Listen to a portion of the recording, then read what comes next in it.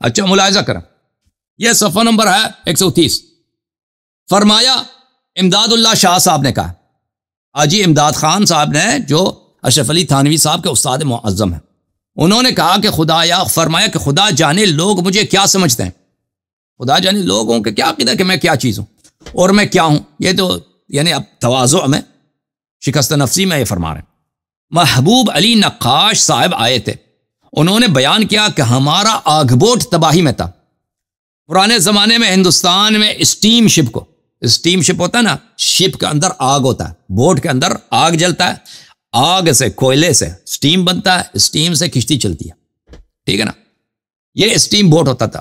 اچھا، اس کو ہندی لوگ اس زمانے میں آگ بوٹ بولتے تھے. بیان کیا کہ ہمارے آگ بوٹ تباہی میں تھا، ہمارا اسٹیم شپ جو ہے وہ غرق ہونے والا تھا، تباہ ہونے والا تھا. میں مراقب ہو کر آپ سے ملتجی ہوا، میں نے مراقبت شروع کر دی اور میں نے توسل کر دی آپ سے، میں نے آپ سے التجا کیا کہ آئیے آپ کشتی کو بچائیے. امداد اللہ شاہ صاحب مثلا ابھی جو ہے پانی پت میں پتہ نہیں کہاں پہ، بمبئی میں کہیں ہیں، اور یہ کشتی تو سمندر میں. محبوب علی نقاش صاحب نے ادھر ہی سے رابطہ کیا ہے کشتی کو بچاؤ. آپ نے مجھے تسکین دی، اسی دور کے راستے نے آپ نے مجھے اور آگ بوٹ کو تباہی سے نکال دی. ٹھیک ہے نا. حاشیہ قولہ خدا جانے لوگ مجھے کیا سمجھتے ہیں، یہ اشرف علی تھانوی صاحب کہتے ہیں کہ میرے استاد صاحب کہتے ہیں کہ لوگ مجھے کیا سمجھتے ہیں، میں تو کچھ بھی نہیں. اس نے اپنی اتنی بڑی تعریف کی ہے امداد اللہ شاہ صاحب نے. یہ عقول غایت تواضع ہے، یہ ان کی تواضع ہے کہ انہوں نے اپنی کرامت نقل کی ہے، ورنہ مدعی کے لیے تو یہ موقع اچھی خاصی شہادت کا تھا. اچھا، یہ ان کے چال تھے نا، امداد اللہ شاہ صاحب اپنے لیے مرید جمع کرنے کے اس چکر میں اس طرح کے اپنے لیے کرامات نقل کرتے تھے تاکہ لوگوں کو بیوقوف بنایا جائے. اور اشرف علی تھانوی صاحب بھی جو ان کے کرامات نقل کرتے ہیں. اچھا، صفحہ نمبر 127 میں ملاحظہ کریں. فرمایا اشرف علی تھانوی صاحب کے استاد جی نے، ایک بار مجھے ایک مشکل پیش تھی اور حل نہ ہوتی تھی، میں نے حتیم میں کھڑے ہو کر کہا کہ تم لوگ 360 یا کم یا زیادہ اولیاء یہاں رہتے ہو. میں نے وہاں پہ قبرستان میں جا کر کہا کہ تم لوگ یہاں پہ 360 ولی یہاں پہ مدفون ہو اور تم سے کسی غریب کی مشکل حل نہیں ہوتی تو پھر کس مرض کے دوا ہو. قبرستان والوں سے میں نے ایک غصے میں کہہ دیا. یہ کہہ کر میں نے نماز نفل شروع کر دی. میرے نماز شروع کرتے ہی ایک آدمی کھالا سا آیا اور وہ بھی پاس ہی نماز میں مصروف ہو گیا. اس کے آنے سے میری مشکل حل ہو گئی. جی دیکھو جی، اشرف علی تھانوی جو ہے، اشرف علی تھانوی کا کیا، اس کا استاد جی قبرستان میں جا کر مردوں سے اس نے مدد لی ہے، اس کی مشکل حل ہو گئی. ٹھیک ہے نا. صفحہ نمبر 62 میں فرماتے ہیں، الصلاۃ والسلام علیک یا رسول اللہ بصیغہ خطاب میں بعض لوگ کہتے ہیں یہ اتصال معنوی پر مبنی ہے.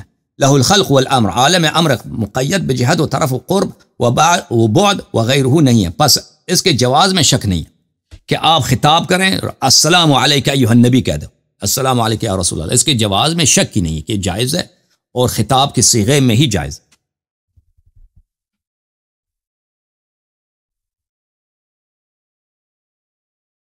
صفحہ نمبر 118 میں لکھتے ہیں، ملاحظہ کریں کہ امداد اللہ شاہ صاحب نے کہا، حضرت نے تشفی دی اور فرمایا کہ فقیر مرتا نہیں. فقیر کون ہے؟ خود امداد اللہ شاہ ہے. کہتا ہے میں کبھی نہیں مروں گا، صرف ایک مکان سے دوسرے مکان میں انتقال کرتا ہے. فقیر کی قبر سے وہی فائدہ حاصل ہوگا جو زندگی ظاہری میں میری ذات سے ہوتا تھا. جب تک میں زندہ ہوں، جیسے میں آپ کو امداد اللہ شاہ صاحب کہتے ہیں میں آپ کو فائدہ پہنچاتا تھا، میں مرنے کے بعد بھی آپ کو فائدہ پہنچاتا رہوں گا. ہاں، میں مروں گا ہی نہیں، میرا موت ہی نہیں ہے.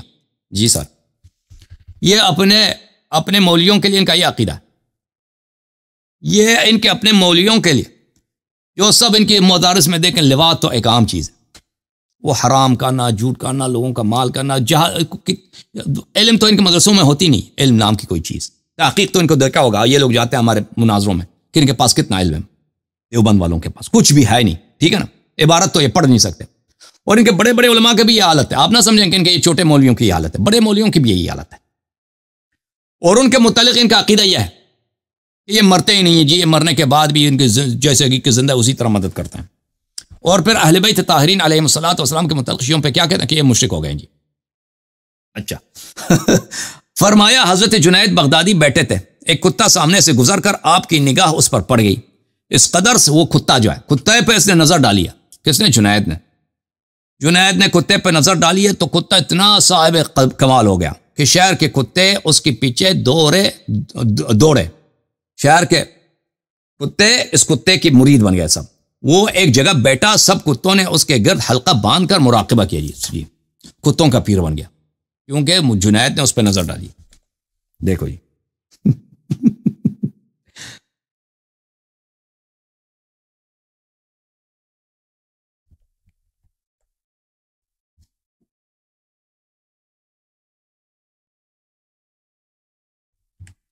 یہ کتاب شمائم امدادیہ، حضرت مولوی حاجی محمد امداد اللہ صاحب مہاجر مکی کے سوانح حیات ہیں. ٹھیک ہے نا. کتب خانہ اشرف الرشید شاہکوٹ مغربی پاک. شاہکوٹ کوئٹہ کو بولتے ہیں نا، شاہکوٹ کوئٹہ کا پرانا نام ہے میرے خیال، یا اور جگہ شاہکوٹ مجھے نہیں معلوم. اچھا یہ اس مولوی کا ہے، اس کا سوانح حیات ہے، اشرف علی تھانوی کا استاد کا.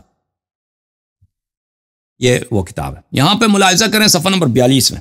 یہاں پہ کہتے ہیں کہ دو آدمی آپس میں بحث کر رہے تھے، مناظرہ کہہ رہے تھے. ایک آدمی کہتا تھا کہ شیخ محی الدین چشتی غوث اعظم سے بڑا ہے.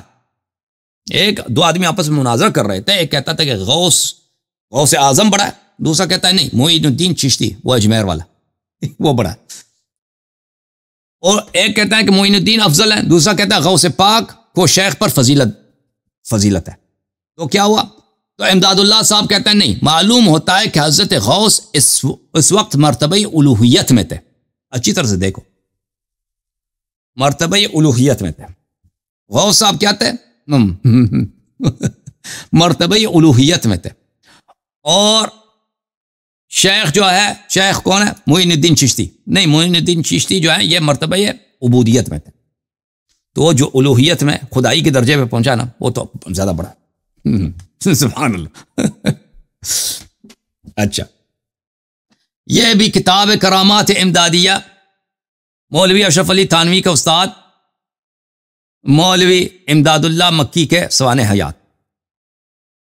یہ کرامات اولیاء حق، کرامات امدادیہ در مطبع انتظامی تبع شد. اچھا، یہاں پہ ملاحظہ کریں صفحہ نمبر 6 میں مرویات حافظ عبد القادر صاحب تھانوی. مولوی قادر صاحب تھانوی نے کہانی نقل کیا کہ میں نے کیا کرامات دیکھے مولوی امداد اللہ صاحب. اب اچھی طرح سے دیکھو، یہ بڑا عجیب داستان ہے. کہتے ہیں کرامت اول، حضرت محمد صاحب قدس سرہ نے ارشاد فرمایا. یعنی کون؟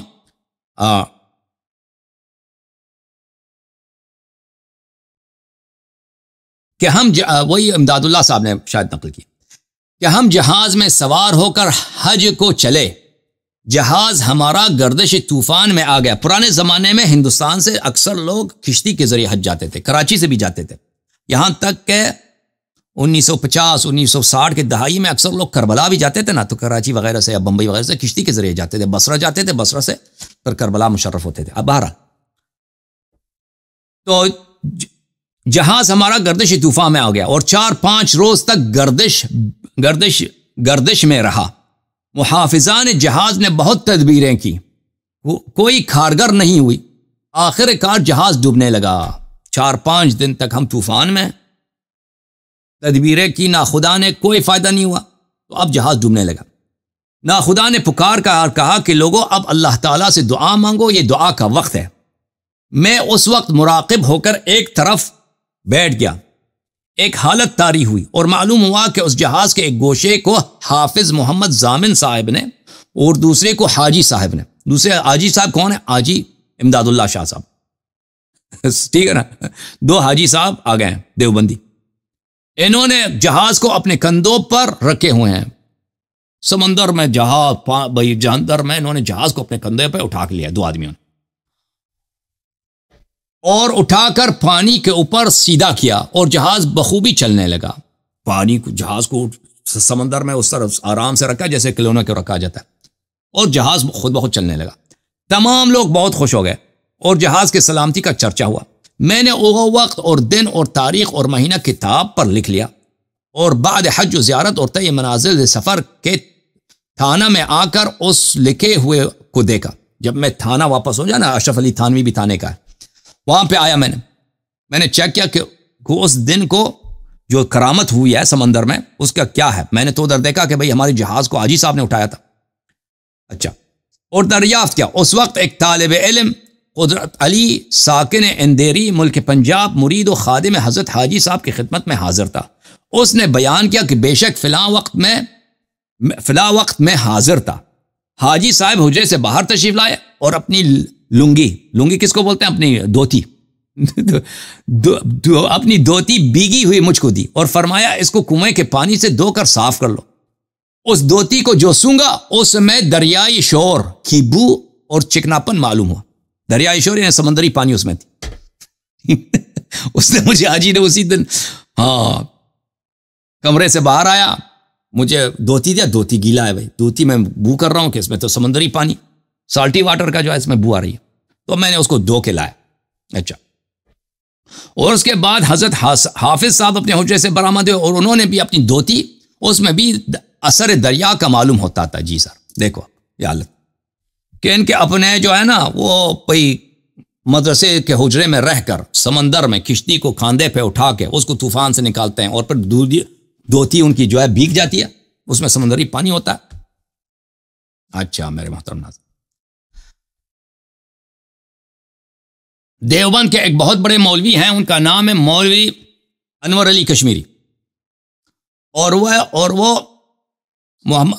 انور علی نہیں، محمد انور کشمیری. ان کی کتاب فیض الباری فی شرح صحیح البخاری، ملاحظہ کریں یہ کتاب فیض الباری علی صحیح البخاری، تالیف المحدث الاستاذ الكبير امام العصر الشیخ محمد انور الکشمیری ثم الدیوبندی، متوفى سنہ 352. اور اس کے ساتھ حاشیہ ہے البدر الساری الى فیض الباری صاحب الفضیلہ الاستاذ محمد بدر عالم میرٹھی کی. اچھا، یہ جزء ثالث ہے اس کتاب کی، چاپ دار الکتب العلمیہ، 2005 میں کتاب چھپی. یہاں پر صفحہ نمبر 586 میں انور علی کشمیری صاحب 586 میں لکھتے ہیں ثم لا يخفى عليك ان بعض الفقهاء قد انكروا الاستفادة عن القبور مطلقا. کہتا ہے کہ آپ کو پتہ ہے کہ بعض مجتہدین نے جیسے ابن تیمیہ انہوں نے کہا ہے کہ قبور سے طلب فیض کرنا یہ مطلقاً ممنوع ہے کسی صورت میں بھی. وذلك لفقدان تفاصیلہ فی الشرع، اور اس کے سبب یہ ہے کہ اس کی شریعت میں تفصیل نہیں آئی ہے. پھر وہ کہتا ہے فَيَنْبَغِي أَن يُرَاجَعَ فِي أَمْثَالِ إِلَى كَلَامِ الْعُرَفَاء، تو یہ ہونا چاہیے کہ ان باتوں میں آپ صوفیاء کرام کی طرف رجوع کریں، کیونکہ صوفیاء کرام کے ہاں، عرفاء کے ہاں قبور سے استفاضہ کرنا ہی تو جائز ہے. فَإِنَّهُمْ أَعْلَمُ بِهَذَا الْمَوْضُوع، وہ اس موضوع پہ زیادہ جانتے ہیں. وَلِكُلِّ فَنٍ رِجَال، اور یہ جو روحانی مسائل ہیں یہ صوفیوں کو آتا ہے، یہ مجتہدین کو کہاں آتا ہے؟ مجتہدین کس چیز کا کام ہے، سمجھ میں ہی نا. اچھا، پھر جزء رابع، اسی کتاب جزء رابع میں یہاں پر اس کتاب کے حاشیہ میں جو میرٹھی صاحب ہیں جنہوں نے بدر الساری لکھی ہے، وہ اسی مولوی انور علی کشمیری کے شاگرد ہیں، مولوی محمد انور کشمیری کے شاگرد ہیں. وہ یہاں پر لکھتے ہیں فقط سألت عنهم مرة عن الاستفادة من اہل القبور، میں نے ایک دفعہ مولوی محمد انور کشمیری سے پوچھا، میں نے مولوی محمد انور کشمیری سے کیا پوچھا؟ میں نے پوچھا کہ قبر والوں سے طلب فیض کرنا جائز ہے؟ هل يجوز ذلك ام لا؟ طلب فیض کریں قبر سے، مقبور آدمی سے جو قبر میں مدفون ہے. فقال لي اما المحدثون فلا اراهم يجوزونه، اس نے کہا کہ جہاں تک اہل حدیث کا تعلق ہے وہ تو اجازت نہیں دیتے اس بات کا. ولكن اجيز انا، لیکن میں اس کی اجازت دیتا ہوں، میرے ہاں یہ جائز ہے. لكونه ثابتا عند ارباب الحقائق، کیونکہ یہ بات اولیاء کے نزدیک ثابت ہے کہ آپ مردوں سے مدد لے سکتے ہیں. غیر انه ينبغي لمن كان اهلا له، لیکن ایک بات ہے کہ وہ شخص جو واقعاً ولی ہو اس سے مدد لی جائے. اما من كان منغمسا في الظلمات فلا خیر فی، لیکن ایک شخص جو فاسق فاجر ہے اس کے قبر سے آپ مدد نہ لیں، ٹھیک ہے نا. اچھا، تو آپ نے دیکھا یہ بھی، اور اس کے علاوہ بھی بہت سارے ان کی کتب بری ہوئی ہیں ایسے باتوں سے۔ تو عرض یہ ہے میرے محترم ناظرین کہ علماء دیوبند کو جو ان کے اکابر ہیں وہ تو بالکل ان کے ہاں اموات سے مدد لینا یہ بالکل جائز ہے۔ اور اموات بھی کون سے اموات؟ اشرف علی تھانوی، مثلا قاسم نانوتوی، اللہ آپ کا بھلا کرے، حاجی امداد مکی، ایسے لوگ جاہل ٹائپ کے مولوی، ان کو انہوں نے اللہ کا ولی بنا دیا۔ اس پہ تو ان کو یہ ان کے دین کا حصہ ہے، لیکن جب اہل بیت طاہرین علیہ السلام کی بات آتی ہے تو ان کو غصہ چڑھتا ہے کہ بھئی شرک ہو جاتا ہے۔ ہم نہیں جانتے کیسا معاملہ ہے۔